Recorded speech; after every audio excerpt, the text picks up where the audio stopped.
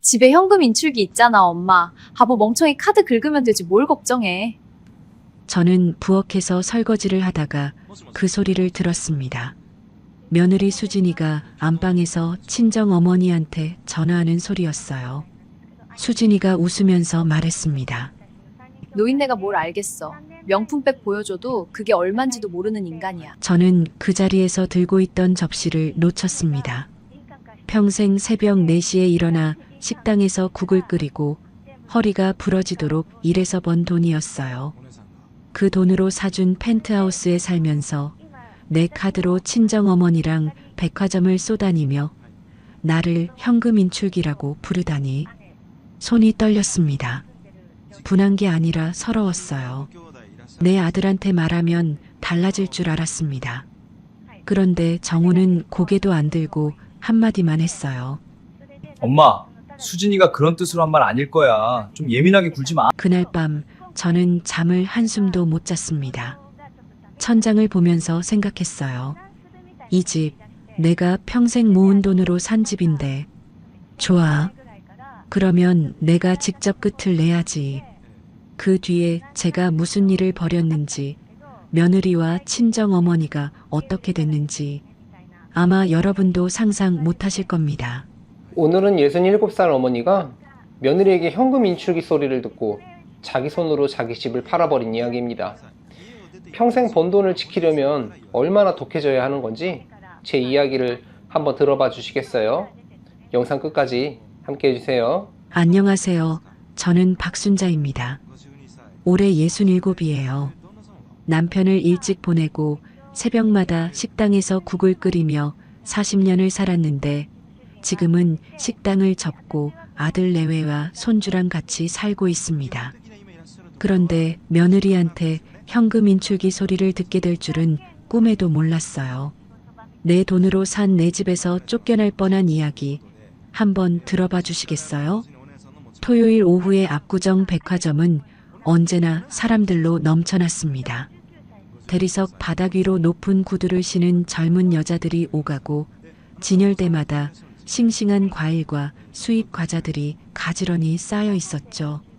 저는 손주 서윤이가 좋아하는 딸기를 고르려고 과일 코너 앞에 서 있었습니다. 서윤이는 요즘 학교에서 돌아오면 가방을 내팽개치고 할머니 딸기를 외치며 부엌으로 달려드는 게 버릇이 됐거든요. 크고 빨간 놈으로 골라 담으려는데 시선 끝에 익숙한 모습이 들어왔습니다. 명품관 출입구 쪽이었어요. 쇼핑백을 양손 가득 들고 깔깔거리며 나오는 두 사람. 며느리 이수진과 수진이 친정어머니 이말자였습니다. 저는 반가운 마음에 손을 들어 부르려다가 그 자리에서 멈춰 섰어요. 말자가 수진이의 팔짱을 끼며 물었습니다. 오늘도 시어머니 카드로 긁은 거지? 수진이가 쇼핑백을 흔들며 고개를 끄덕였습니다. 말자가 수진이의 어깨를 툭 치며 또 한마디를 했어요. 에이, 어머니가 뭘 알겠어. 명품백 갖다 줘도 그게 얼만지도 모를 뿐인데. 두 사람이 킥킥거리며 택시를 잡아타고 사라졌습니다. 저는 딸기 봉지를 움켜쥔 채 백화점 앞에서 한참을 서 있었어요. 다리에 힘이 빠져서 한 발짝도 움직일 수가 없었습니다. 집에 돌아오니 수진이가 소파에 앉아 텔레비전을 보고 있었습니다. 저는 애써 평온한 목소리를 만들어 물었어요. 수진아, 오늘 어디 갔다 왔어? 수진이가 고개도 돌리지 않고 대답했습니다. 하루 종일 병원이었어요, 어머니. 토요일 진료가 밀려서 정신이 없었네요. 입꼬리에 웃음까지 달고 있었어요. 1시간 전 백화점에서 쇼핑백을 흔들던 그 손으로 리모컨을 돌리고 있었습니다. 저는 속이 뒤집혔지만 더 이상 묻지 못했어요. 그날 밤이었습니다. 손주 서윤이를 재우고 안방 앞을 지나는데 수진이 목소리가 문틈으로 새어나왔어요. 친정어머니에게 전화를 하고 있었습니다. 엄마 걱정 마. 집에 현금 인출기 있잖아. 어머니 카드 한도가 아직 넉넉하니까. 저는 그 자리에서 복도 벽에 등을 기댔습니다. 무릎에 힘이 풀려서 그대로 바닥에 주저앉았어요. 현금 인출기. 평생을 새벽 4시에 일어나 국을 끓이고 허리가 부서지도록 일해서 모은 돈인데 그 돈으로 사준 집에서 먹여주고 재워주고 손주까지 봐주고 있는데 나를 현금 인출기라고 부르다니. 저는 그 밤에 한숨도 자지 못했습니다. 새벽에 일어나 서랍 깊숙이 넣어둔 통장을 꺼냈어요. 결혼 초기에 수진이가 이렇게 말한 적이 있었습니다. 어머니, 카드 명세서 관리 같은 건 제가 할게요. 의사가 숫자에 밝으니까 걱정 마세요. 저는 그 말을 곧이곧대로 믿었어요. 며느리가 의사인데 돈 관리를 못하겠냐 싶었습니다. 수진이는 매달 어머니 카드 잘 관리하고 있으니 걱정 마세요라고 말했고 저는 3년 동안 한 번도 명세서를 직접 들여다보지 않았어요. 며느리를 믿었기 때문입니다. 식탁 위에 통장과 카드 명세서를 나란히 펼쳐놓고 계산기를 두드렸습니다. 백화점, 고급 음식점, 면세점. 숫자가 올라갈수록 손가락이 떨렸어요. 합계가 2억 3천만 원을 넘기는 순간 저는 계산기를 내려놓았습니다.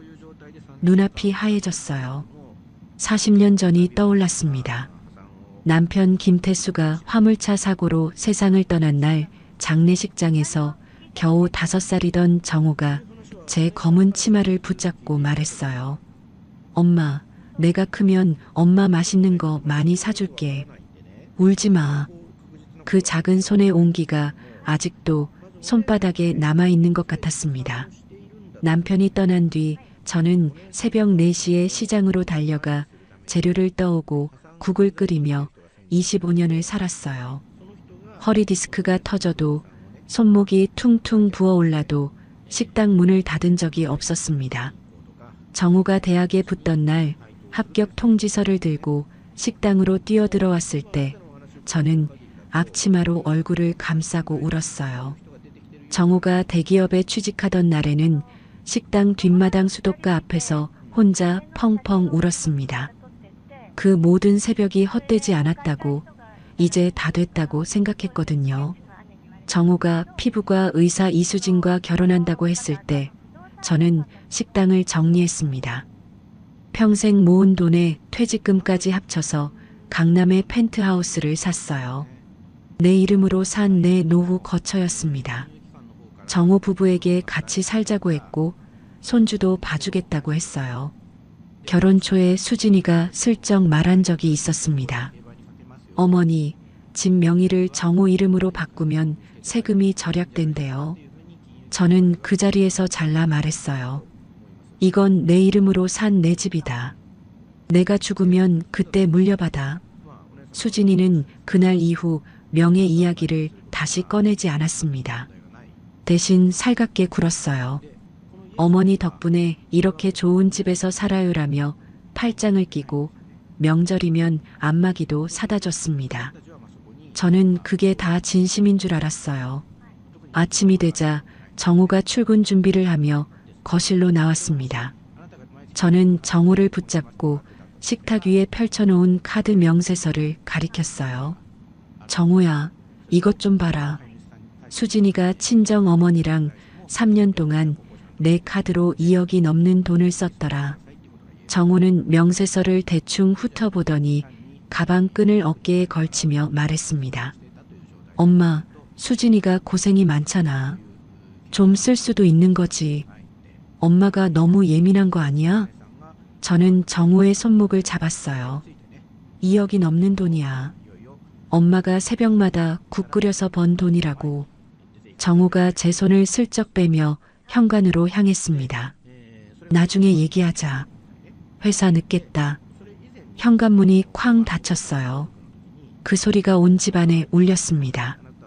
5살 때 제 치마를 잡고 엄마 맛있는 거 사줄게라고 했던 아이가 2억이라는 숫자 앞에서 고개도 안 돌리고 나가버렸어요. 정우가 나간 뒤 수진이가 출근 준비를 마치고 거실로 나왔습니다. 화장을 깔끔하게 한 얼굴에 미소까지 달고 있었어요. 수진이가 식탁 위에 펼쳐진 명세서를 힐끗 보더니 말했습니다. 어머니, 아침부터 정우한테 왜 그러세요? 저희도 다 가족인데 같이 쓸 수 있는 거 아닌가요? 저는 수진이의 얼굴을 올려다봤습니다. 수진이는 여전히 웃고 있었어요. 어젯밤 전화기에 대고 현금 인출기라고 했던 바로 그 입이 가족이라는 말을 내뱉고 있었습니다. 어머니, 저 출근할게요. 저녁은 제가 사올 테니 편하게 계세요. 수진이가 향수 냄새를 남기며 현관문을 닫고 나갔어요. 저는 텅 빈 거실에 혼자 남았습니다. 식탁 위에 펼쳐진 카드 명세서 위로 아침 햇살이 내려앉고 있었어요. 2억 3천만 원. 내 새벽이, 내 허리가, 내 손목이 숫자로 변해서 백화점 쇼핑백 속에 들어가 있었습니다. 저는 명세서 위에 주먹을 꽉 쥐었어요. 며칠 뒤 저녁, 수진이가 퇴근하고 들어오길 기다렸다가 부엌에서 말을 꺼냈습니다. 수진아, 앞으로 카드 좀 줄여서 써줄 수 있겠니? 어머니, 노후 자금이 다 거기서 나가는 거야. 수진이는 냉장고에서 물을 꺼내 한 모금 마시며 웃었습니다. 어머니, 제가 의사잖아요. 제가 벌어서 갚으면 되죠. 가족끼리 너무 따지시면 정우가 힘들어해요. 저는 더 말하려고 입을 열었어요. 수진이가 물컵을 싱크대에 탁 내려놓으며 먼저 말했습니다. 어머니, 저 내일 아침 수술이 있어서 일찍 자야 해요. 이 이야기는 다음에 해요. 수진이가 안방으로 들어가 버렸어요. 저는 허공에 주먹을 쥔 채 부엌에 서 있었습니다. 다음 날 아침 은행에 전화해서 카드를 정지시키려 했습니다. 상담원이 본인 확인을 하는 사이 전화기가 울렸어요. 정우였습니다. 엄마, 수진이한테 들었어. 카드 끊으려고? 수진이가 체면이 있는 사람인데 카드를 끊어버리면 어떡해. 내가 나중에 보태줄게. 정우야, 체면이 문제가 아니라 돈이 다 빠져나가고 있다고. 아, 엄마 진짜. 나 회의 들어가야 해. 나중에 얘기하자. 뚝. 전화가 끊겼어요. 저는 은행 상담원에게 죄송합니다. 다음에 다시 전화하겠습니다라고 말하고 수화기를 내려놓았습니다. 아들이 전화 한 통에 이렇게까지 빨리 달려드는 걸 보니 이 집에서 진짜 힘을 쥐고 있는 게 누군지 똑똑히 보였어요. 그 주 일요일이었습니다. 수진이 친정어머니 이말자가 펜트하우스에 찾아왔어요. 현관문을 열자마자 말자가 실내화도 안 신고 거실을 활보하며 이리저리 둘러봤습니다. 아이고, 우리 수진이가 이런 좋은 집에서 산다니 감사하죠. 말자가 거실 창 밖으로 보이는 한강을 한참 내다보더니 혀를 끌끌 찼어요. 그런데 인테리어가 좀 촌스러운데 요즘은 이렇게 안 꾸미거든. 한번 싹 바꾸면 딱 좋겠다. 저는 밥상을 차리면서 대답했습니다. 사돈, 인테리어 할 여유가 없어요. 수진이가 반찬을 놓으며 끼어들었어요. 어머니, 적금 하나 깨면 되지 않아요? 집이 이쁘면 어머니도 기분이 좋으실 텐데. 말자가 숟가락을 들며 말했습니다. 사돈, 이 나이 되면 돈 쥐고 있어봤자 뭐하나. 자식들한테 쓰는 게 남는 거지. 말자가 저를 쳐다보며 또 한마디를 보탰어요. 식당이나 하던 분이 재테크를 아시겠어? 우리 수진이가 의사니까 수진이한테 맡기는 게 나아. 숟가락을 쥔 손이 부들부들 떨렸습니다. 평생 새벽마다 일어나 국을 끓이고 그 돈으로 아들을 대학까지 보내고 이 집을 샀는데 그 모든 세월이 식당이나 하던 분 한마디에 깎여나가는 것 같았어요. 저는 숟가락을 내려놓고 말자를 똑바로 쳐다봤습니다. 사돈, 이 집은 내 이름으로 된 내 집이에요. 등기부등본에 누구 이름이 적혀 있는지 한번 보시겠어요? 말자의 얼굴이 딱딱하게 굳었어요. 수진이가 황급히 끼어들었습니다. 어머니, 어머니가 왜 갑자기 이러세요? 어머니 집인 거 저희가 모르는 것도 아니고 정우는 밥만 떠먹으며 아무 말도 하지 않았어요. 고개를 숙이고 국그릇만 들여다보고 있었습니다. 말자가 냅킨으로 입을 닦으며 자리에서 일어났어요. 사돈, 무슨 말을 그렇게 하세요? 기분 나빠서 갈게요. 수진아, 엄마 바래다 줘. 말자가 나간 뒤 거실에 무거운 침묵이 내려앉았습니다. 저는 부엌에서 설거지를 하고 있었어요. 수건으로 그릇을 닦는데 거실에서 수진이가 정우에게 속삭이는 소리가 귀에 꽂혔습니다. 당신 엄마가 요즘 왜 저래? 사람이 변한 것 같아. 예전에는 안 그랬잖아. 그릇을 닦던 손이 멈췄어요. 사람이 변한 게 아니라 진실을 알게 된 겁니다. 그걸 모르는 건지 모른 척하는 건지. 다음 날 정형외과에 갔습니다. 허리가 또 아파서 주사를 맞으러 간 거였어요. 접수대에서 카드를 내밀었는데 직원이 난처한 표정을 지었습니다. 어르신, 한도가 초과됐는데요. 뒤에 줄을 선 사람들이 쳐다보는 게 느껴졌어요. 얼굴이 화끈 달아올랐습니다. 저는 지갑을 뒤져 구석에 접어둔 10,000원짜리 몇 장을 꺼내 겨우 병원비를 냈어요. 병원 문을 나서는데 다리에 힘이 풀려서 입구 옆 벤치에 한참을 앉아 있었습니다. 내 카드를 내가 쓰지 못하는 꼴이라니. 그날 저녁이었습니다. 부엌에서 된장찌개를 끓이고 있는데 안방에서 수진이 목소리가 들려왔어요. 정우에게 말하고 있었습니다. 어머니가 요즘 같은 말을 자꾸 반복하고 없는 일로 의심하고 감정 조절을 못하잖아.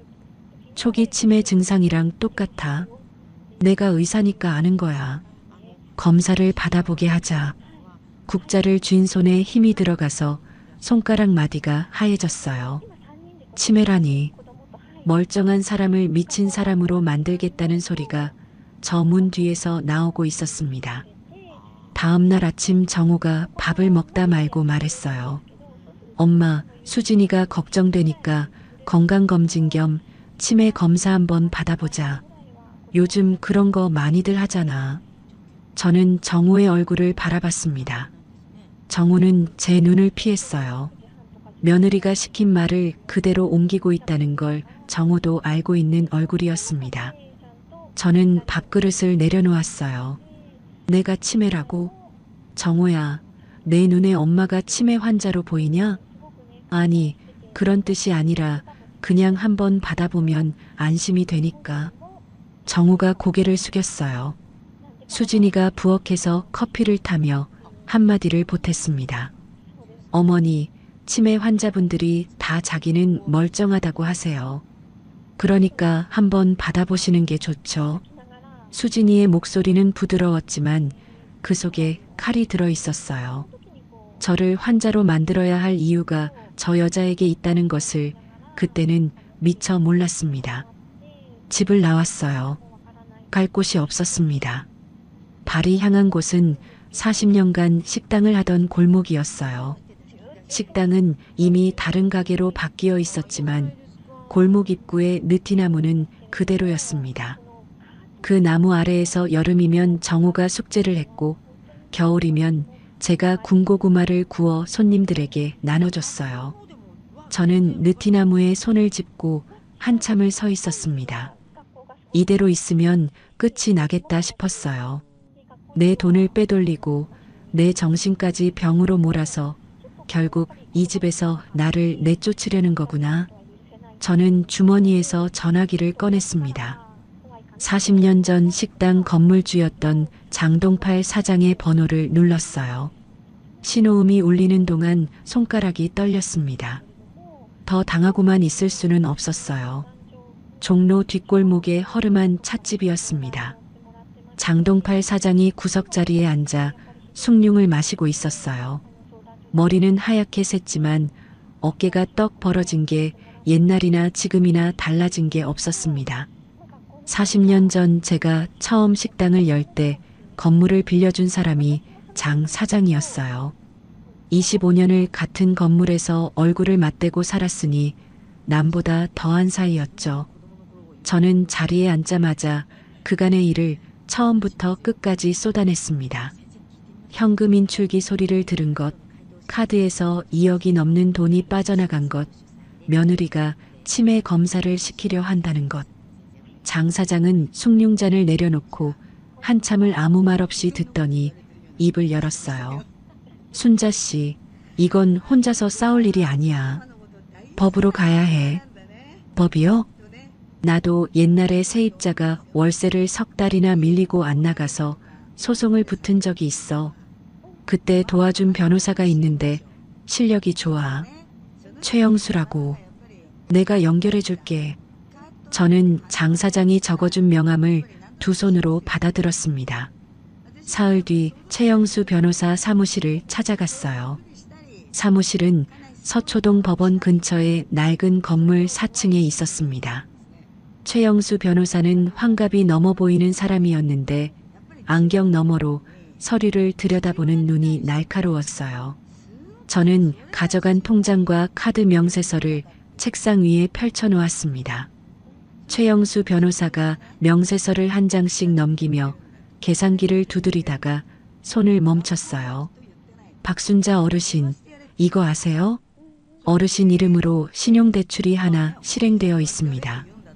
5천만 원이요. 대출이요? 저는 대출을 받은 적이 없는데요. 최영수 변호사가 서류를 뒤적이더니 대출 신청서 사본을 꺼내 보여줬습니다. 거기에 제 이름과 서명이 적혀 있었어요. 그 순간 석 달 전의 일이 떠올랐습니다. 수진이가 거실에서 서류 한 장을 들고 왔었어요. 어머니, 보험갱신인데 제가 대신 처리해 드릴게요. 여기 서명만 해주시고요. 아, 인증번호도 하나 불러주세요. 제가 다 처리할게요. 저는 아무 의심 없이 서명을 하고 전화기에 뜬 인증번호를 읽어줬습니다. 며느리가 의사인데 설마 시어머니를 속이겠느냐 싶었어요. 그 서명이 대출 신청서에 쓰인 거였습니다. 내 이름으로 5천만 원을 빌려놓고 그 돈이 어디로 갔는지도 모르게 만들어 놓은 겁니다. 이건 단순 가족 갈등이 아닙니다. 어르신, 사문서 위조의 사기까지 해당할 수 있어요. 최영수 변호사의 말이 귀에 울렸지만 머릿속은 하얘졌어요. 카드를 쓴 것만 해도 분한데 내 이름으로 빚까지 만들어 놓다니. 보험갱신이라며 웃던 수진이의 얼굴이 겹쳐 보였습니다. 그 웃음이 이제야 제대로 보였어요. 고소를 하시려면 증거를 더 단단하게 모아야 합니다. 시간을 좀 두고 하나씩 준비합시다. 저는 고개를 끄덕이고 사무실을 나왔습니다. 건물 계단을 내려오는데 다리가 후들거려서 난간을 꽉 잡아야 했어요. 집에 돌아오니 수진이가 거실 소파에 앉아 뭔가를 기다리고 있었습니다. 저를 보자마자 환한 얼굴로 말했어요. 어머니, 치매 검사 예약 잡았어요.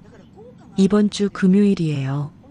건강검진이라고 생각하시고 가벼운 마음으로 가세요. 제가 시간 맞춰서 같이 갈게요.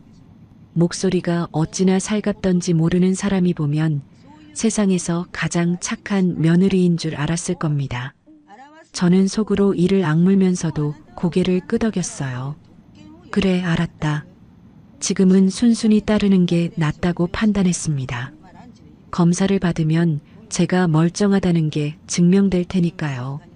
검사 결과가 나올 때까지 일주일을 기다리는 동안 집안의 공기는 더 차가워졌습니다. 수진이는 예전보다 더 자주 정호에게 속닥거렸고 정호는 저와 눈이 마주칠 때마다 시선을 피했어요. 어느 저녁이었습니다. 화장실에 가려고 복도를 지나는데 식탁 위에 처음 보는 책자가 놓여 있었어요. 행복한 노후의 시작, 실버케어 요양원이라고 적힌 팜플렛이었습니다. 표지에는 하얀 건물 사진이 있었고 안쪽에는 1인실 가격표가 형광펜으로 밑줄까지 쳐져 있었어요. 저는 팜플렛을 집어들고 한참을 서 있었습니다. 치매 검사를 시키더니 이제 요양원까지. 순서가 보이기 시작했어요. 검사에서 문제가 나오면 요양원에 집어넣고 그 다음은 이 집을 파는 거죠. 금요일이 왔습니다. 저는 수진이와 함께 대학병원에 갔어요. 검사를 받는 2시간 동안 저는 오히려 마음이 편했습니다. 내 머리는 멀쩡하니까요. 40년 동안 식당에서 수백 가지 메뉴의 재료비를 암산으로 계산했고 거스름 돈을 한 푼도 틀린 적이 없었어요. 결과가 나왔습니다. 의사가 진료실에서 말했어요. 연세에 비해 인지 기능이 굉장히 건강하십니다. 걱정 안 하셔도 됩니다. 저는 수진이의 얼굴을 봤습니다. 수진이의 표정이 돌처럼 굳어져 있었어요. 정우가 옆에서 멋쩍게 웃으며 말했습니다. 그래도 받아보길 잘했네. 저는 아무 말도 하지 않았어요. 병원 복도를 걸으며 앞서가는 2사람의 뒤통수를 바라봤습니다. 며느리는 전화기만 들여다보고 있었고 아들은 며느리 방걸음 뒤에서 어깨를 축 늘어뜨리고 걷고 있었어요. 내가 정상이라는 결과가 저 2사람에게는 나쁜 소식이었다는 것을 저도 이제 알고 있었습니다. 그날 밤이었어요. 수진이가 외출하고 돌아와 외투를 옷걸이에 걸었는데 주머니에서 접힌 종이가 바닥에 떨어졌습니다. 저는 그걸 주워서 펼쳤어요. 손글씨였습니다. 수진이 글씨였어요.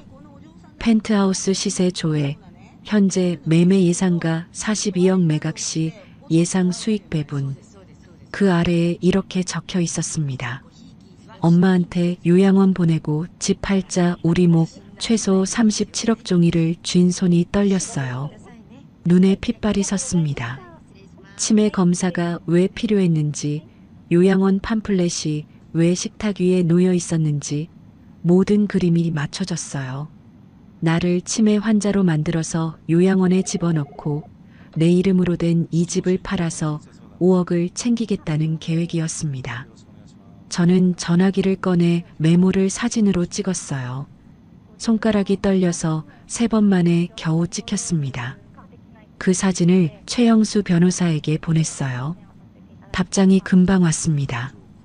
이 메모까지 있으면 사기 의도를 입증하는데 결정적 증거가 됩니다. 이제 고소와 펜트하우스 매각을 동시에 준비합시다. 저는 전화기를 내려놓고 한참을 앉아 있었어요. 새벽이 되자 서윤이 방문을 살짝 열었습니다.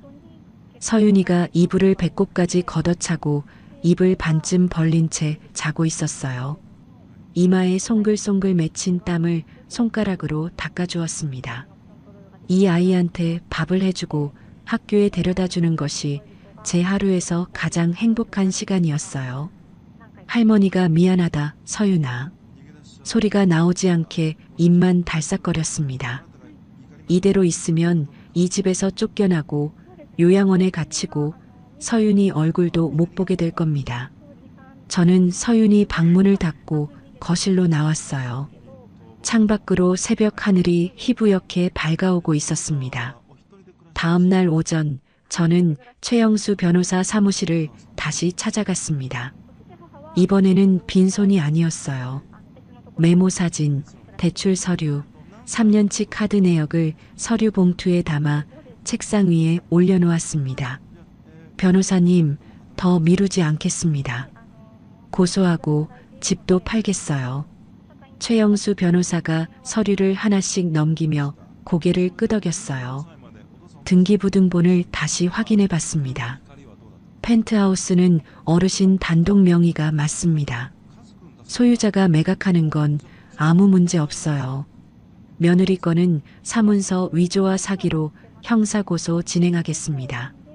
저는 장동팔 사장에게 전화를 걸어 믿을 만한 부동산 중개인을 소개해달라고 부탁했어요. 장 사장은 하루 만에 강남에서 30년 넘게 일한 중개인을 연결해줬습니다. 중개인이 펜트하우스 시세를 확인하고 매수자를 찾는데 일주일이 걸렸어요. 매수자는 열흘 안에 잔금을 치르겠다고 했습니다. 모든 것이 비밀리에 진행됐어요. 그 열흘 동안 저는 배우가 됐습니다. 매일 아침 똑같은 시간에 일어나 밥을 짓고 반찬을 차리고 서윤이를 학교에 데려다 줬어요.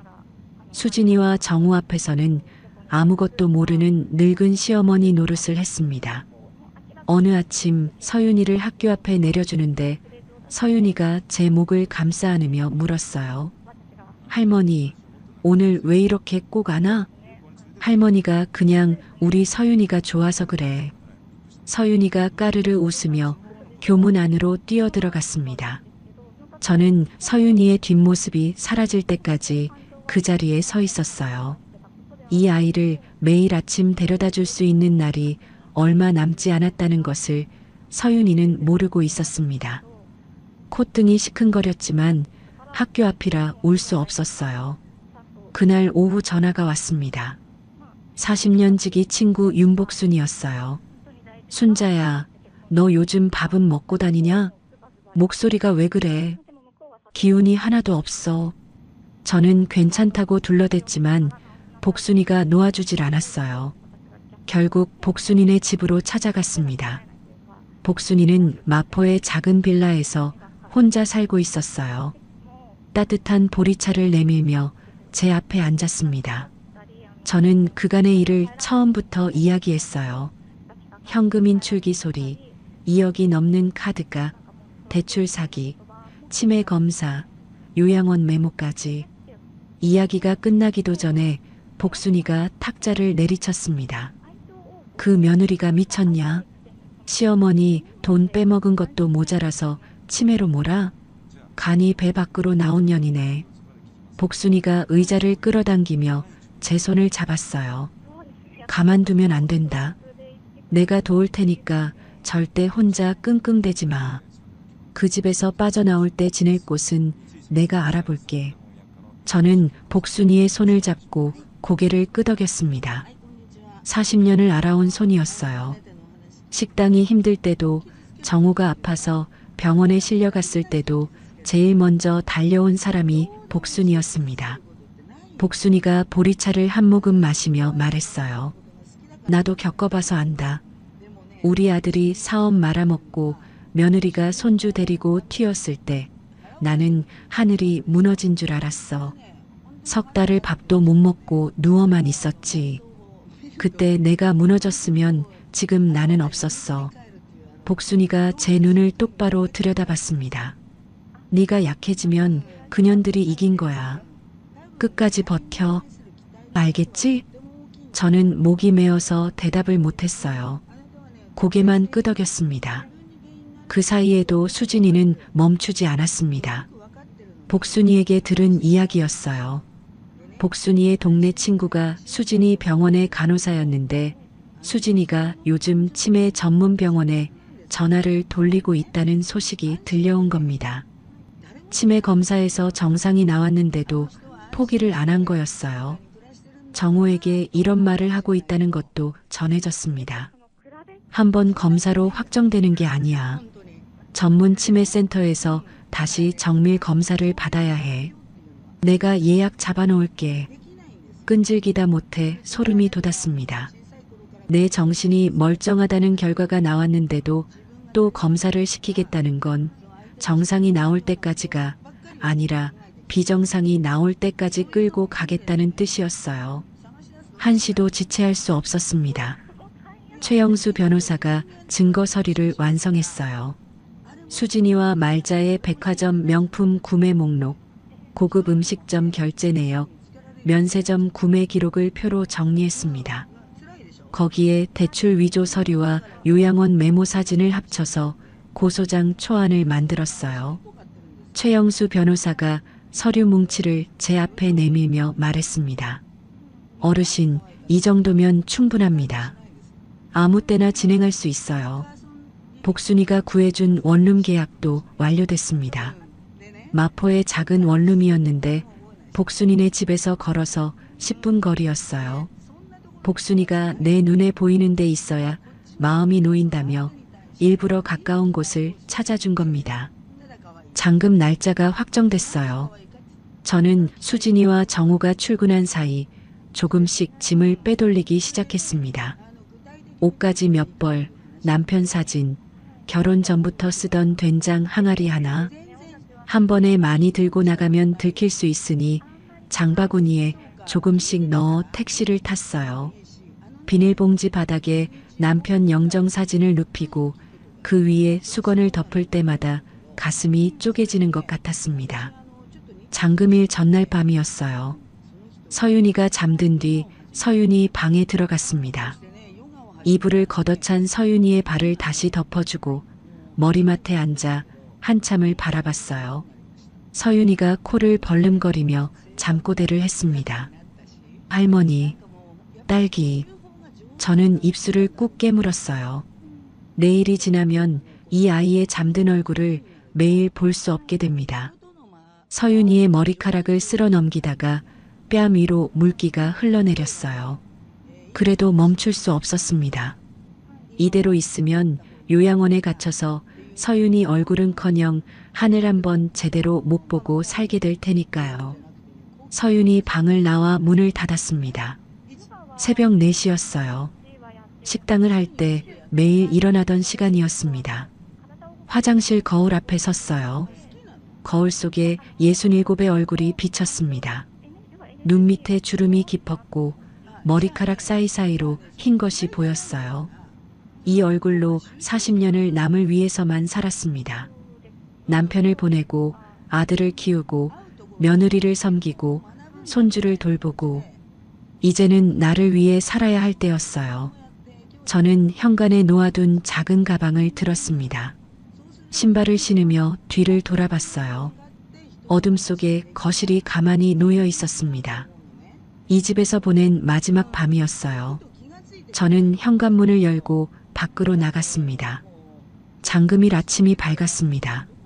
정우와 수진이가 출근하는 소리를 현관 앞에서 확인하고 30분을 더 기다렸어요.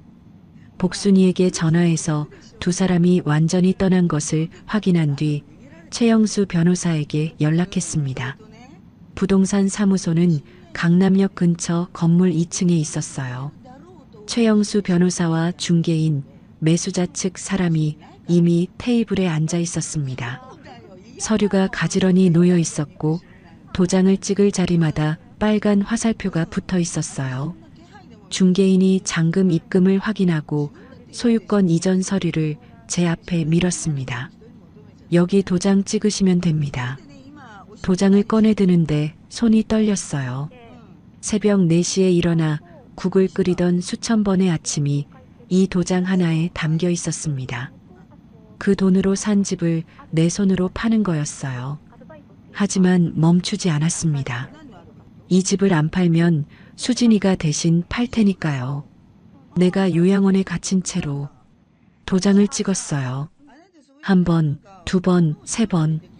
빨간 인주가 서류 위에 선명하게 찍혔습니다. 최영수 변호사가 서류를 확인하고 고개를 끄덕였어요. 끝났습니다. 소유권 이전은 일주일 안에 처리됩니다. 부동산 사무소를 나오는데 다리에 힘이 풀려서 건물 앞 화단턱에 잠깐 앉았어요. 최영수 변호사가 옆에 서서 물 한 병을 건넸습니다.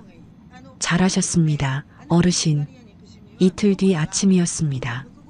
정우와 수진이가 출근한 사이 이삿짐 업체 직원 2명이 왔어요. 짐이 많지 않았습니다.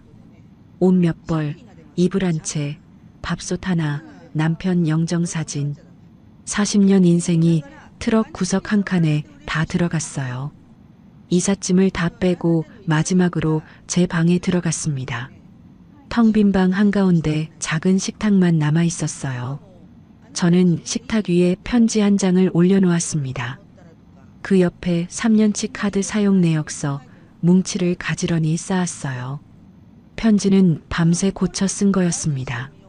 처음에는 울분을 가득 적었다가 다 찢어버렸어요.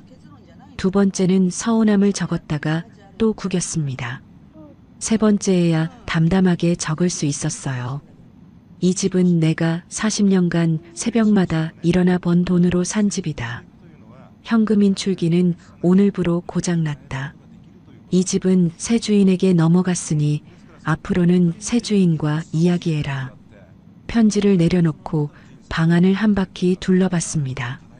서윤이가 처음 기어다녔던 마루, 정우가 회사에서 돌아와 넥타이를 풀며 엄마 밥 하던 거실, 수진이에게 첫 명절 반찬을 가르쳐 주던 부엌.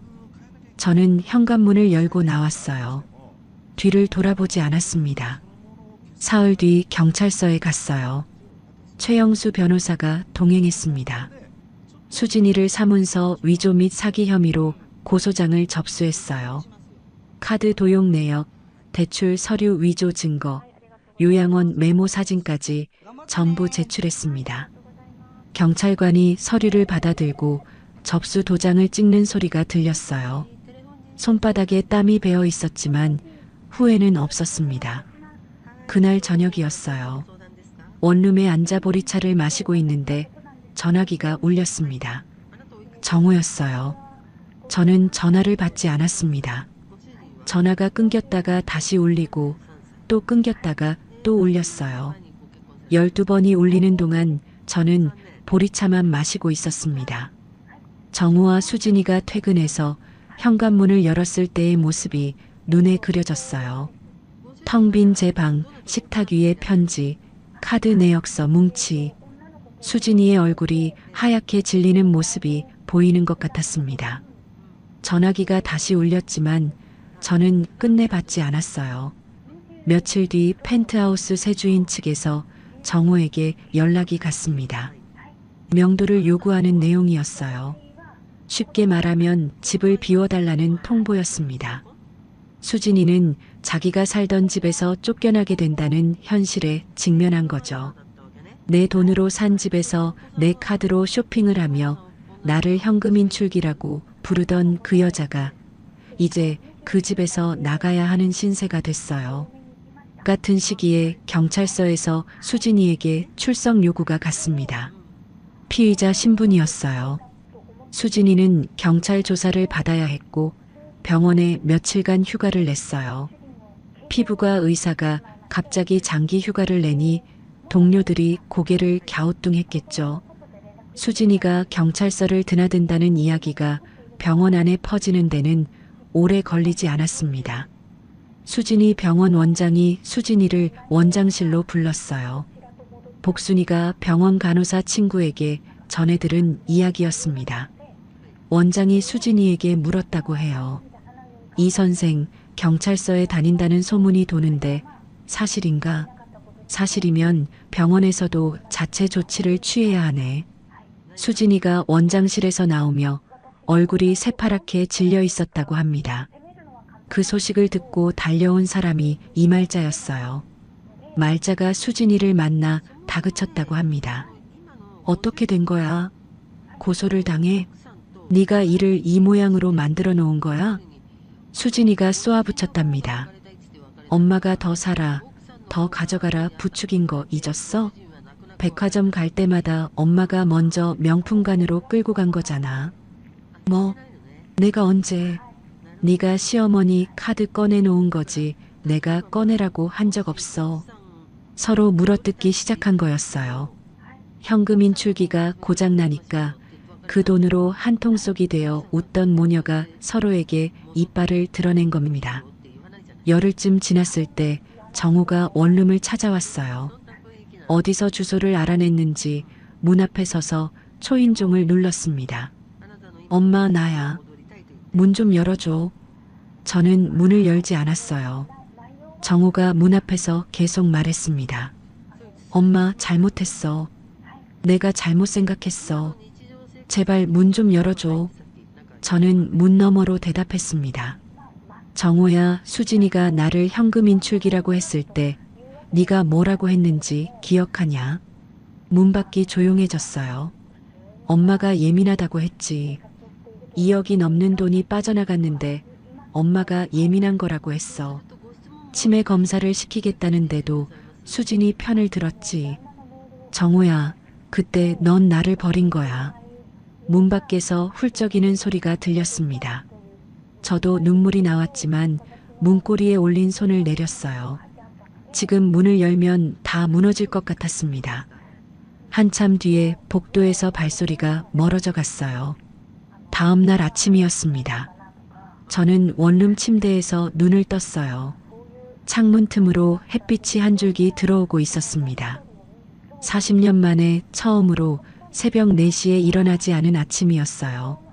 누구의 밥도 짓지 않아도 되고 누구의 눈치도 보지 않아도 되는 아침이었습니다. 저는 침대에 앉아 제 손을 내려다봤습니다. 마디마디가 굵고 손등에 검버섯이 피어있는 손이었어요. 식당에서 새벽마다 정오 도시락을 싸던 손, 수백 개의 그릇을 닦던 손, 뜨거운 국솥을 옮기느라 데어서 흉터가 남은 손이었습니다. 이 손이 참 바빴는데 이제는 좀 쉬어도 되겠지. 혼잣말이 나왔어요. 아무도 대답하지 않았지만 괜찮았습니다. 저는 일어나서 작은 냄비에 물을 올리고 된장을 풀었어요. 나 혼자 먹을 된장국이었습니다. 국이 끓는 소리를 들으며 창밖을 바라봤어요. 처음으로 나를 위해 끓이는 국이었습니다. 원룸 생활이 열흘째 접어들고 있었습니다. 그 사이 정호는 매일 전화를 걸어왔어요. 아침에 한 번, 점심에 한 번, 저녁에 한 번. 저는 한 통도 받지 않았습니다. 전화기 화면에 정호라는 글자가 뜰 때마다 손가락이 움찔했지만 꾹 참았어요. 받으면 흔들릴 것 같았거든요. 10번째 되는 날 오후 초인종이 울렸습니다. 정호였어요. 문 앞에 서서 눈이 퉁퉁 부은 얼굴로 말했습니다. 저는 문을 열지 않고 안쪽에서 들었어요.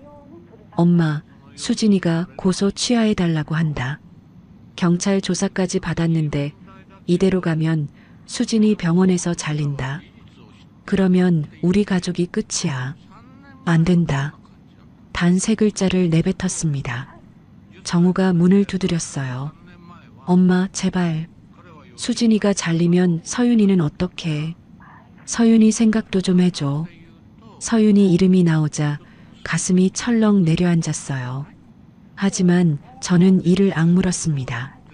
정호야, 수진이가 내 이름으로 대출까지 받아놓고 나를 요양원에 집어넣으려 한 거 알면서 그런 소리가 나오냐?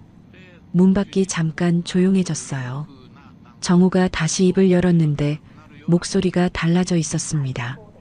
축 처져 있던 목소리가 날카로워진 거예요. 엄마가 집까지 팔아버리고 고소까지 하면 나는 어떡하라고. 엄마는 나는 생각도 안 하냐. 저는 문 앞에 서서 눈을 감았어요. 내 돈을 뺏기고 내 정신을 병으로 몰리고 내 집에서 쫓겨날 뻔했는데 그런 어머니한테 나는 어떡하냐고 소리를 지르는 게 아들이라는 사람의 입에서 나오는 말이었습니다. 무릎이 꺾일 것 같았지만 벽에 손을 짚고 버텼어요. 정호의 발소리가 멀어진 뒤에야 저는 현관 앞 바닥에 주저앉았습니다. 며칠 뒤 저녁 모르는 번호로 전화가 왔어요. 받았더니 이 말자였습니다. 사돈, 나 말자요. 이러지 맙시다. 수진이가 잘못한 거 내가 다 갚겠어요. 사돈도 손주 생각이 있으면 고소를 풀어야지. 안 그래요? 사돈, 할 말 없어요. 끊겠습니다. 아니 사돈, 가족끼리 고소까지 하면. 뚝, 전화를 끊었어요. 돈으로 해결하겠다는 소리가 더 역겨웠습니다. 그 돈이 어디서 나온 건데 그걸로 갚겠다는 건지. 말자는 저한테 안 되니까 방향을 바꿨어요. 다음 날 복순이에게 전화를 건 겁니다. 복순이가 화가 잔뜩 나서 저한테 알려줬어요. 야, 그 말자라는 여자가 나한테 전화했어. 뭐라는 줄 알아? 순자 씨가 너무 심하게 나오는 거 아니냐. 가족끼리 고소까지 하면 손주만 불쌍하다고. 그래서 내가 한마디 했지. 남의 카드로 2억을 긁어먹은 년이 가족 타령을 하냐고. 그랬더니 전화를 뚝 끊더라. 복순이가 콧방귀를 뀌며 말했습니다. 그년이 나한테까지 손을 뻗는 걸 보니 궁지에 몰린 거야. 절대 흔들리지 마. 저는 고개를 끄덕였지만 밤에 혼자 있으면 서윤이 생각이 머리를 떠나지 않았어요. 지금쯤 서윤이가 할머니 방에 들어가서 텅 빈 것을 보고 울고 있지는 않을까? 아침마다 할머니 딸기하며 달려오던 그 아이가 빈 부엌에서 누구를 기다리고 있을까? 베개를 꽉 쥐고 버텼습니다. 그런데 일주일 뒤 수진이가 역공에 나왔어요. 최영수 변호사에게서 전화가 왔습니다. 어르신, 며느리 측에서 소장이 들어왔습니다. 매매 무효 소송입니다. 수진이가 변호사를 선임해서 민사소송을 건 거였어요. 내용은 이랬습니다. 고령의 시어머니가 판단력이 흐려진 상태에서 부동산을 매각한 것이므로 매매 자체가 무효라는 주장이었어요. 내가 수진이를 고소했더니 수진이가 나를 상대로 소송을 건 겁니다. 끝까지 나를 치매 환자로 몰아서 법적으로 뒤집겠다는 거였어요. 전화기를 쥔 손에서 힘이 빠졌습니다. 치매 검사에서 정상이 나왔는데도 또 치매를 들먹이다니. 이 여자는 정말 끝이 없었어요. 최영수 변호사가 차분하게 설명했습니다. 이길 수 있습니다. 하지만 시간이 좀 걸려요. 법정에서 정신감정을 요구할 수도 있습니다. 어르신이 정상적인 판단력으로 매각했다는 걸 증명해야 합니다. 멀쩡한 내 정신을 법정에서 증명해야 하는 상황이 서러웠어요. 남의 돈을 빼먹은 사람이 아니라 돈을 빼앗긴 내가 정신감정을 받아야 한다니. 그로부터 며칠 뒤 정호가 다시 찾아왔습니다. 이번에는 초인종도 누르지 않고 문 앞에 서서 말했어요. 목소리가 갈라져 있었습니다. 엄마, 솔직히 말할게. 저는 문 안쪽에서 귀를 기울였어요. 수진이 변호사가 나한테 법정에서 증인으로 서라고 했어. 엄마가 평소에 깜빡하는 게 많았다는 내용으로 진술서를 써달라는 거야. 가슴이 쿵 내려앉았습니다. 정우가 말을 이었어요. 나도 싫어. 근데 엄마가 합의 안 하면 나는 수진이 편에서 증인으로 설 수밖에 없어. 수진이가 잘리면 서윤이 학비도 못 내고 집도 없고 우리는 끝이야. 저는 문에 이마를 기대고 눈을 감았습니다. 내 아들이 법정에서 자기 어머니를 치매라고 거짓 진술을 쓰겠다는 말을 하고 있었어요. 정호야, 네가 지금 무슨 소리를 하는 건지 알기나 하냐? 엄마, 나도 싫다고. 그러니까 합의를 하자는 거잖아. 합의? 수진이가 내 돈 2억을 쓰고 내 이름으로 5천만 원 빚을 만들고 나를 요양원에 보내려고 한 걸 없던 일로 하자고. 문밖이 조용해졌어요. 정우가 아무 말도 하지 못했습니다. 한참 뒤에 발소리가 멀어져 갔어요. 정우가 떠난 뒤 저는 원룸 바닥에 주저앉았습니다. 다리에 힘이 하나도 없었어요. 천장을 올려다보는데 40년 전이 또 떠올랐습니다. 새벽 4시에 시장으로 달려가 물을 지고 오던 아침, 정우 도시락에 달걀말이를 넣어주던 손, 정우가 수학시험에서 100점을 받아 오던 날 칼국수를 끓여주던 부엌. 그 모든 새벽이 모조리 부정당하는 기분이었어요. 소리가 나오지 않았습니다. 입을 벌려도 울음이 목구멍에서 막혀 나오질 않았어요. 그냥 소리 없이 눈물만 줄줄 흘렸습니다. 그날 밤 복순이가 왔어요. 전화를 해도 제가 안 받으니까 직접 온 겁니다. 현관문을 열자마자 제 얼굴을 보고 복순이의 표정이 굳어졌어요. 무슨 일이야? 얼굴이 왜 그래? 저는 정우가 한 말을 그대로 전했습니다. 증인으로 서겠다는 것, 진술서를 쓰겠다는 것, 합의하지 않으면 수진이 편에 서겠다는 것. 복순이가 듣다 말고 무릎을 탁 쳤어요. 그 자식이 미쳤냐? 엄마가 새벽마다 피를 토하면서 키워줬더니 법정에서 엄마를 치매라고 증언해? 사람이야 그게 짐승이야. 복순이가 제 손을 잡았습니다. 복순이의 손이 뜨거웠어요. 순자야, 잘 들어. 네가 여기서 물러나면 그년들이 이긴 거야. 40년 동안 뼈 빠지게 번 돈을 그냥 갖다 바칠 거냐? 정우가 증인으로 서면 서는 거지. 법정에서 진실이 뭔지 밝히면 되는 거야. 복순아, 그래도 내 아들인데. 내 아들이니까 더 참으면 안 되는 거야. 엄마한테 이러는 자식은 맞아야 정신을 차려. 네가 무너지면 그년들은 평생 웃고 사는 거야. 그걸 네가 원하는 거냐? 복순이가 흐르는 눈물을 닦지도 않고 저를 쳐다봤어요. 저는 복순이의 손을 꽉 잡았습니다. 밤새 잠을 이루지 못했어요. 천장의 형광등 불빛을 보면서 생각했습니다. 물러나면 수진이가 이기는 거였어요. 2억을 빼돌리고 내 이름으로 빚을 만들고 나를 치매로 몰아 요양원에 보내려 했던 그 여자가 웃으며 돌아다니는 꼴을 볼 수는 없었습니다. 그리고 정호. 마지막까지 며느리 편에 서겠다는 그 아들에게 지금 물러나면 저는 영영 현금 인출기로 남는 거였어요. 새벽에 전화기를 들었습니다. 최영수 변호사에게 전화를 걸었어요. 변호사님, 끝까지 갑니다. 아들이 진술서를 써도 상관없어요. 법정에서 진실을 밝히겠습니다. 최영수 변호사가 잠시 말이 없다가 대답했어요. 알겠습니다, 어르신. 준비하겠습니다. 전화를 끊고 창밖을 봤습니다. 동이 트고 있었어요. 원룸의 작은 창문으로 들어오는 새벽빛이 어젯밤보다 조금 더 밝은 것 같았습니다. 재판 당일 아침 저는 원룸에서 세수를 하고 옷장을 열었습니다. 깨끗한 옷이 별로 없었어요. 그 중에서 가장 반듯한 남색 저고리와 검은 치마를 꺼내 입었습니다. 거울 앞에 서니 식당을 할 때 명절 손님을 맞던 모습이 떠올랐어요. 그때도 이 저고리를 입었었죠. 복순이가 아침 일찍 찾아와 김밥 2줄을 내밀었습니다. 법원 가기 전에 먹어. 빈속에 가면 머리가 안 돌아가. 저는 김밥 한 조각을 억지로 삼키고 원룸을 나섰어요. 서초동 법원 앞에 도착하니 최영수 변호사가 입구에서 기다리고 있었습니다. 서류 가방을 단단히 쥐고 있는 모습이 든든했어요. 어르신, 오늘은 민사재판입니다. 며느리 측이 낸 매매 무효 소송이에요. 제가 준비한 대로만 하면 됩니다.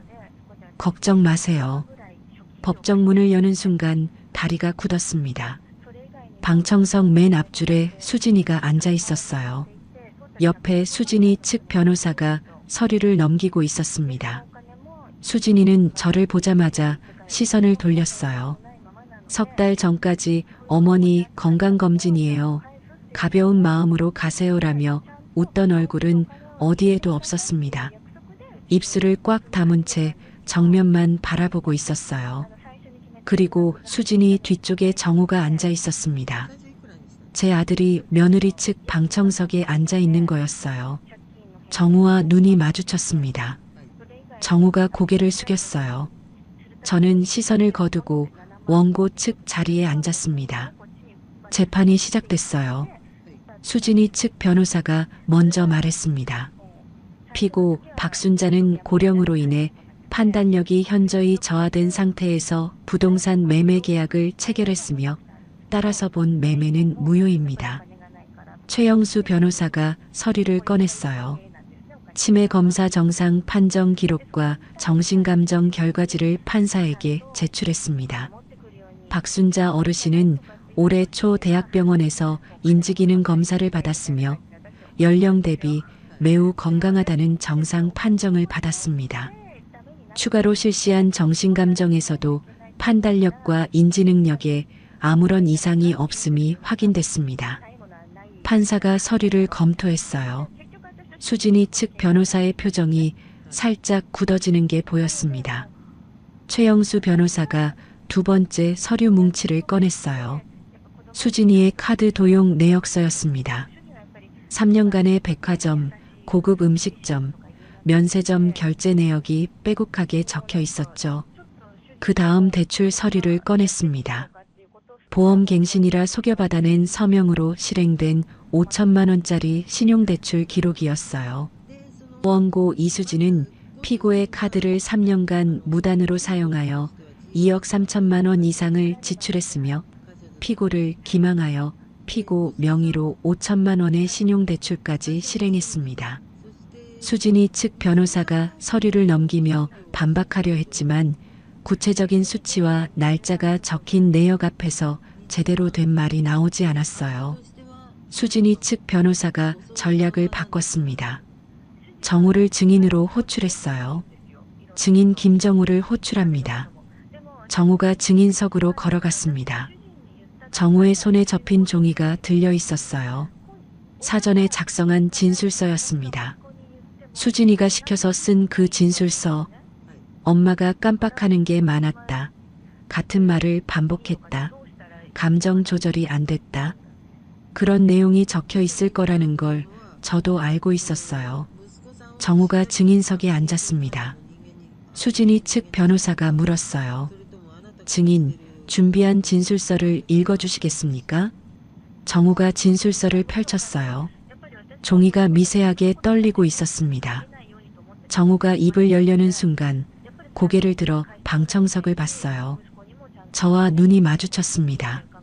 저는 아무 말도 하지 않았어요. 아무 표정도 짓지 않았습니다. 그냥 제 아들을 바라봤어요. 40년 전 장례식장에서 제 치마를 잡던 5살짜리 아이의 눈이 거기 있었습니다. 그 아이가 지금 어머니를 치매라고 거짓 증언하려 하고 있었어요. 정우의 입이 한참 열리지 않았습니다. 법정이 조용해졌어요. 판사가 물었습니다. 증인, 진술서를 읽어주십시오. 정우가 진술서를 내려놓았어요. 종이가 증인석 위에 사각거리며 떨어졌습니다. 정우가 입을 열었어요. 이 진술서는 사실이 아닙니다. 수진이의 얼굴이 하얗게 변했어요. 수진이 측 변호사가 황급히 끼어들었습니다. 증인, 진술서 내용을 확인해 주십시오. 정우가 고개를 저었어요. 이 진술서는 아내가 시켜서 쓴 겁니다. 사실이 아닙니다. 법정이 웅성거렸어요. 정우가 목소리를 가다듬고 말을 이었습니다. 어머니는 치매가 아닙니다. 어머니는 평생 새벽에 일어나 저를 키워주셨고 모든 것을 기억하고 계십니다. 아내의 말만 듣고 어머니를 의심한 제가 잘못입니다. 정우의 목소리가 갈라졌어요.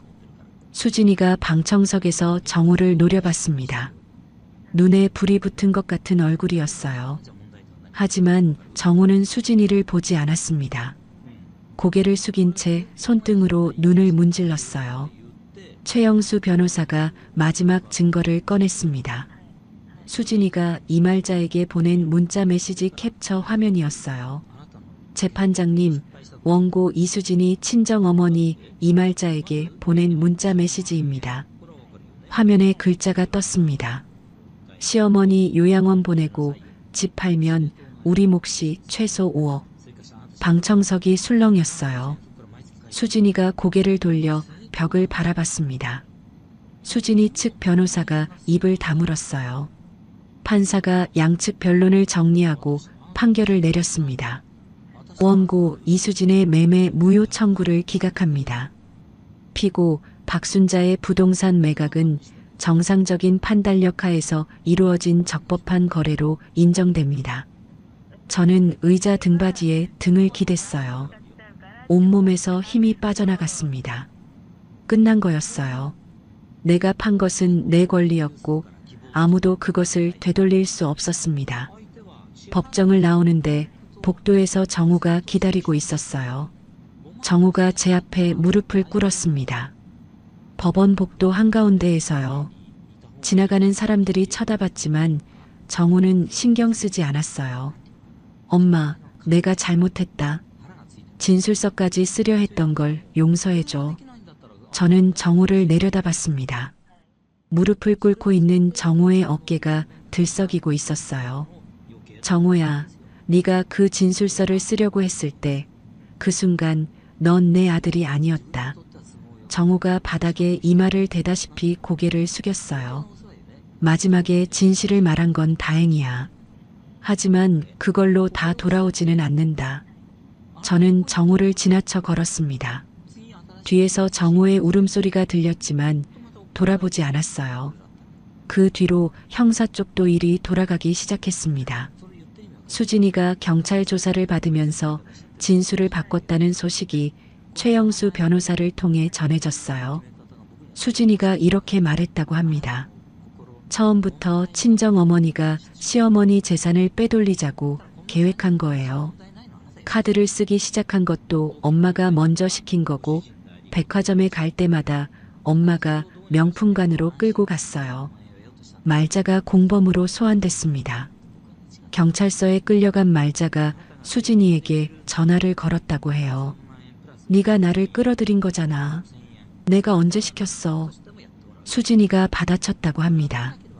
엄마가 시작한 거잖아. 시어머니 돈은 곧 우리 돈이다. 마음대로 써라 그렇게 말한 게 누군데. 서로를 물어뜯고 있었어요. 현금 인출기가 고장나니까 그 돈을 사이에 두고 웃던 모녀가 서로의 목을 조르고 있는 꼴이었습니다. 수진이의 병원 원장은 수진이에게 잦은 사직을 권고했어요.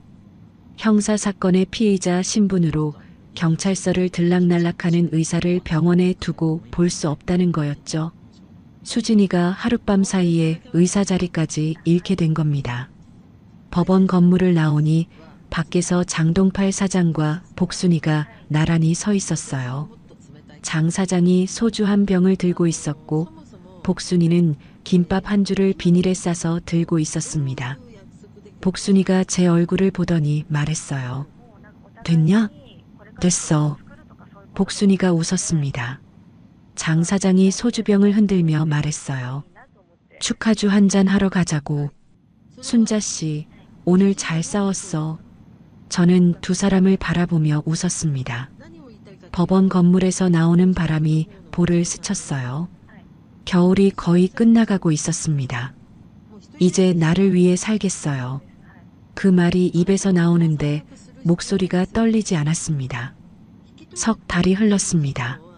저는 펜트하우스 매각 대금 중 일부로 시골 외곽에 작은 집을 마련했어요. 마당이 있는 단층 집이었습니다. 집 옆에 10평짜리 빈 가게가 붙어 있었는데 부동산 아저씨가 여기 원래 국밥집이었다고 했을 때 가슴이 뛰었어요. 저는 그 가게를 같이 계약했습니다. 가게 안을 청소하는데 일주일이 걸렸어요.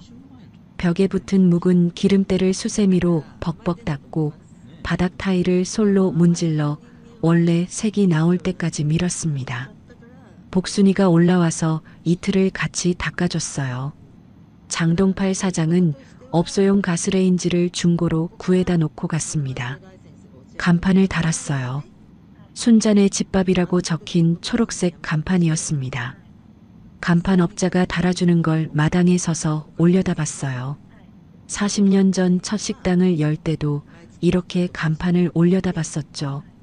그때는 남편이 옆에 서 있었고 등에는 아기 정우가 엎여 있었습니다. 지금은 혼자였어요. 하지만 무섭지 않았습니다. 개업 첫날 아침 새벽 5시에 눈이 떠졌어요. 오랜만에 큰 솥에 된장찌개를 끓이는데 손이 저절로 움직였습니다. 된장 2숟갈, 두부 반모, 호박 반 개, 대파 한 뿌리. 40년 동안 몸에 밴 손이었어요. 국이 보글보글 끓는 소리를 들으며 밥을 안 쳤습니다. 문을 여니까 복순이가 가장 먼저 들어왔어요. 야, 냄새 좋다며 구석 자리에 앉았습니다. 된장찌개 한 그릇과 밥 한 공기, 깍두기를 내놨어요. 복순이가 찌개를 한 숟갈 떠먹더니 숟가락을 탁 내려놓았습니다. 이 맛이야. 내 된장찌개 맛은 40년 전이나 지금이나 똑같아. 저는 부엌에서 그 말을 듣고 코끝이 찡했어요. 누군가에게 밥을 해주고 그 사람이 맛있다고 말해주는 것. 이렇게 단순한 게 이렇게 기쁜 일인 줄 예전에는 몰랐습니다. 장동팔 사장이 점심때 개업 축하 화분을 들고 찾아왔어요. 분홍색 난이었습니다. 가게 입구에 화분을 놓고 제육볶음 정식을 시켰어요. 밥을 비우고 숟가락을 내려놓으며 말했습니다. 이 맛이면 여기도 곧 줄 설 거야. 순자 씨 잘 될 거야. 장 사장이 나간 뒤에 동네 어르신 두 분이 들어오셨어요. 그 뒤로 한 분, 두 분, 입소문이 퍼지기 시작했습니다. 수진이 소식은 복순이를 통해 전해졌어요. 형사 재판에서도 유죄 판결이 나왔다고 합니다. 사문서 위조와 사기 혐의가 인정된 거였어요. 수진이는 병원에서 사직한 뒤 정호에게 이혼 소송을 걸었다고 했습니다. 당신 엄마 때문에 내 인생이 망했어. 나는 빠질 거야. 수진이가 정호에게 그렇게 말했다는 걸 복순이가 전해줬어요. 정호는 집도 돈도 잃고 작은 원룸으로 이사했다고 합니다. 말자도 벌금형을 받았어요. 수진이가 경찰에서 말자를 지목하면서 공범으로 처리된 거였죠. 말자가 수진이에게 전화를 해도 수진이가 받지 않았다고 합니다. 카드를 같이 긁으며 백화점을 누비던 모녀가 서로 얼굴도 안 보는 사이가 된 거예요. 남의 돈 위에 세워진 정은 그 돈이 사라지면 같이 무너지는 법이었습니다. 어느 오후였어요. 점심 장사를 마치고 그릇을 닦는데 가게 문이 열렸습니다. 고개를 들었더니 정우가 서 있었어요. 혼자였습니다. 얼굴이 많이 야위어 있었어요. 광대뼈가 도드라지고 눈 밑에 그늘이 짙었습니다.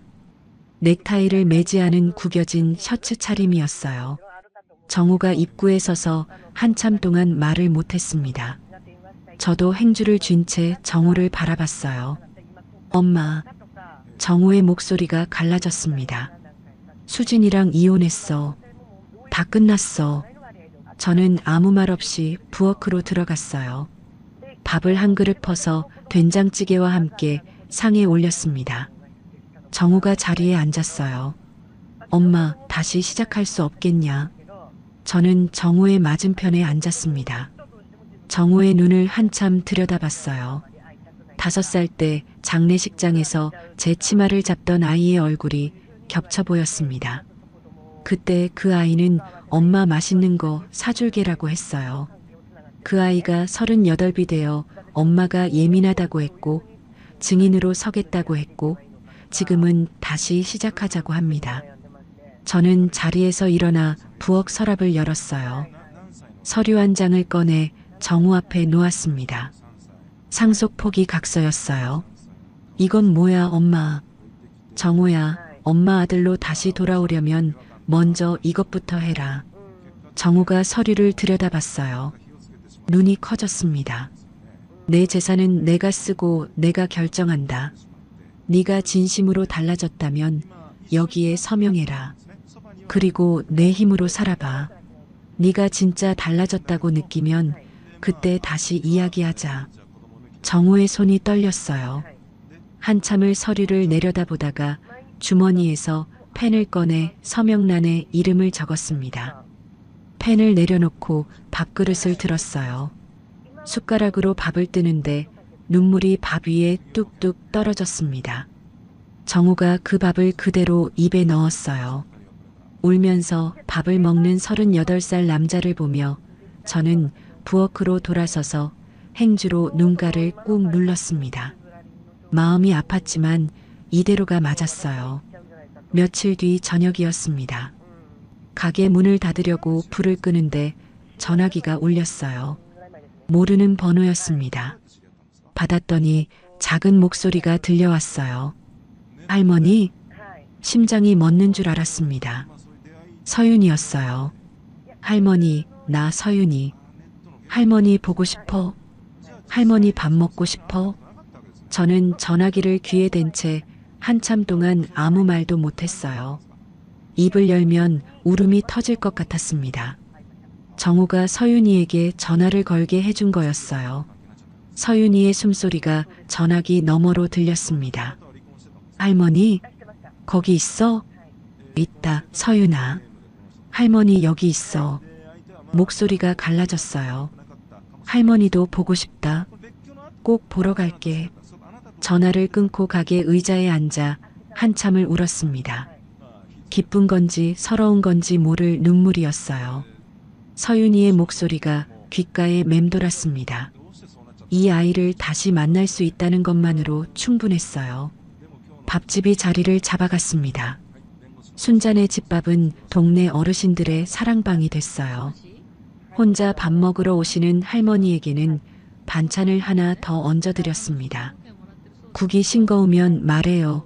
대신 맛있게 드셨어요? 라고 물었어요. 손님들이 가게를 나가며 또 올게요. 순자 씨 하면 저도 네, 내일도 올 거죠? 하며 배웅했습니다. 새벽마다 국을 끓이는 것은 40년 전과 같았어요. 하지만 달랐습니다. 예전에는 아들 학비를 벌기 위해 끓였고 그 다음에는 며느리와 손주를 먹이기 위해 끓였어요. 지금은 나를 위해 끓이는 국이었습니다. 등이 아프지 않았어요. 이상한 일이었죠. 같은 일인데 내가 좋아서 하니까 몸이 다르게 반응하는 거였습니다. 이듬해 봄이 왔어요. 가을에 마당 구석에 심어둔 매화나무에 꽃이 폈습니다. 연분홍 꽃잎이 아침 햇살을 받아 반짝이고 있었어요. 저는 가게 문을 열고 마당에 서서 그 꽃을 한참 바라봤습니다. 누구의 며느리도 아니고 누구의 현금 인출기도 아닌 박순자의 아침이었어요. 오늘도 좋은 날이다. 혼잣말을 하고 부엌으로 들어가 불을 켰습니다. 큰 솥에 물을 올리고 된장을 풀었어요. 국이 끓기 시작했습니다. 순자 씨의 이야기 어떠셨나요? 40년을 새벽마다 국을 끓이던 손이 도장을 찍고 고소장을 내밀고 마침내 자기만의 가게 간판을 달았습니다. 겨울을 통째로 견뎌낸 매화가 봄에 가장 먼저 꽃을 피우듯 순자의 두 번째 인생도 그렇게 시작됐어요. 아마 보시면서 한 번쯤 고개를 갸웃하셨을 수도 있어요. 3년 동안 2억이 넘는 돈을 빼돌린 걸 진짜 몰랐을까? 며느리가 시어머니 이름으로 대출까지 받는 게 가능해? 라고 생각하셨다면 저도 처음에는 그랬거든요. 근데요, 실제로 한국 소비자원 통계를 보면 가족 간 카드 도용 피해 상담 건수가 해마다 늘고 있고, 특히 고령자 명의 금융사기는 가까운 가족에 의해 벌어지는 경우가 적지 않다고 합니다. 자식이나 며느리를 믿고 카드와 인감을 맡겼다가 수천만 원에서 수억 원의 피해를 본 사례가 뉴스에도 여러 차례 보도된 바 있어요. 다만 오늘 사연은 실제 경험담을 바탕으로 각색한 것이라는 점 양해 부탁드려요. 전달 과정에서 일부 과장이나 극중 요소가 더해졌을 수 있습니다. 하지만 이 이야기가 주는 교훈은 분명해요. 첫째, 아무리 가까운 가족이라도 카드와 통장 관리는 본인이 직접 하셔야 합니다. 명세서를 한 달에 한 번만 확인해도 순자씨처럼 3년을 모르고 지나가는 일은 없어요. 둘째, 누군가 당신을 치매라거나 예민하다고 몰아세울 때 그건 당신의 문제가 아니라 상대방이 숨길 게 있다는 신호일 수 있습니다. 자기 자신을 의심하지 마세요. 셋째, 참는 것이 가족을 지키는 길이라는 믿음이 오히려 가족을 무너뜨릴 수 있어요. 잘못된 관계에서 한 발 물러나는 것은 포기가 아니라 나를 지키는 용기입니다. 넷째, 60이 넘어도 70이 넘어도 새로 시작할 수 있습니다. 늦었다고 생각하는 바로 그 순간이 가장 빠른 때예요. 혹시 지금 가족에게 재산 문제로 상처받고 계신 분들이 있다면 순자씨처럼 가까운 법률 상담부터 한번 받아보세요. 혼자 끙끙대지 마시고 곁에 믿을 만한 사람 한 명에게 먼저 이야기를 꺼내보세요. 그 한마디가 40년을 바꿀 수도 있습니다. 시골 밥집 마당에 핀 매화처럼 여러분 인생에도 반드시 봄이 옵니다. 포기하지 마세요. 꽃은 겨울이 길수록 더 진하게 핍니다. 구독과 좋아요, 알림 설정을 눌러주시면 여러분께도 순자씨처럼 진정한 행복이 찾아올 거예요. 댓글로 시청하고 계신 지역과 의견을 남겨주세요. 순자네 사연 다음에도 재미있는 사연으로 또 찾아뵙겠습니다. 항상 건강하시고 행복하세요. 감사합니다.